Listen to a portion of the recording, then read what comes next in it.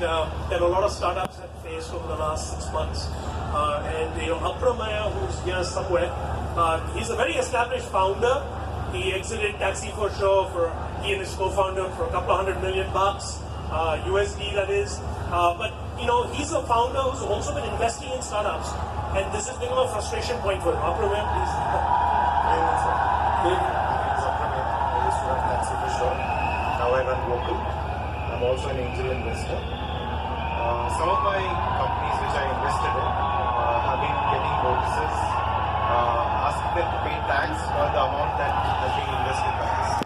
This is with the assumption that we haven't paid tax already. So that is almost assuming that I have evaded tax and treating me like a criminal through the eyes of the startup that I have invested in. Right?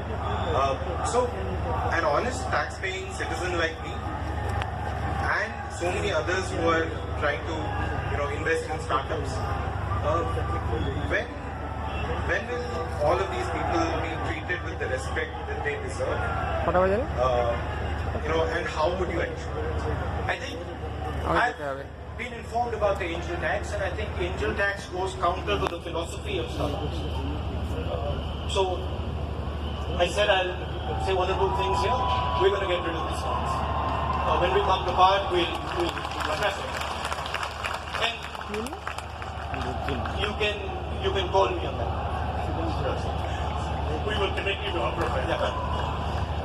So the other question that's come up is GST simplification, and Mohan had a question on this. Mohan, if you're here somewhere, I think Mohan's here. Maybe he's not, but let me ask the question on his behalf. He says, what is the plan and how the UPA government will view GST review of a single tax? How can MSMEs be kind of the burden of delayed refunds, all the complexity be alleviated? That's his high-level question. Saying while GST, he agrees with GST in principle, he still thinks there's a lot of friction there. We came up with the idea of the GST, and the idea of the GST was to simplify things.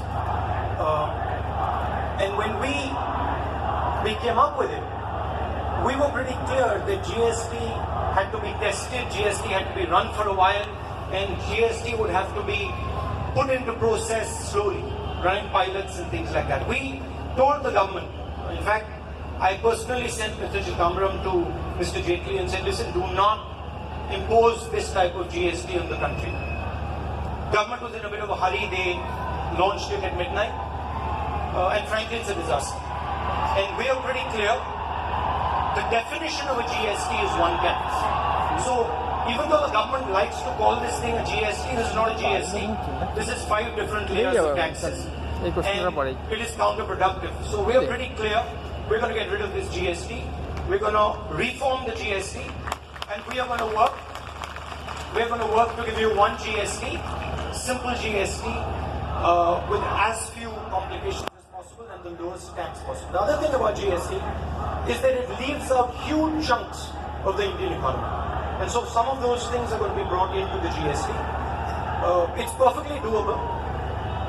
The conceptual misunderstanding that frankly the Prime Minister and the Finance Minister had on GST is that it is not an event. It is not something you come in and you launch on one day and say, okay, it's done. This is an extremely complex process, it's an extremely complex negotiation, and it requires a lot of conversations. Frankly, when we were negotiating on GST, we were made to feel, and there was a discussion on what the GST would look like, and we were pretty clear that this is going to be a serious problem. And we had warned the government again and again and again, but there was no response. So this is a self-inflicted wound, and it's been devastating, very much like demonetization.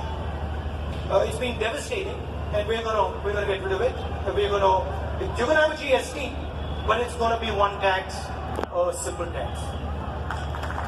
And by the way, you can call me on that one too. We will absolutely deliver these two things. So we have, I think being an entrepreneur is tough enough. When you have money, when you have talent, all of that.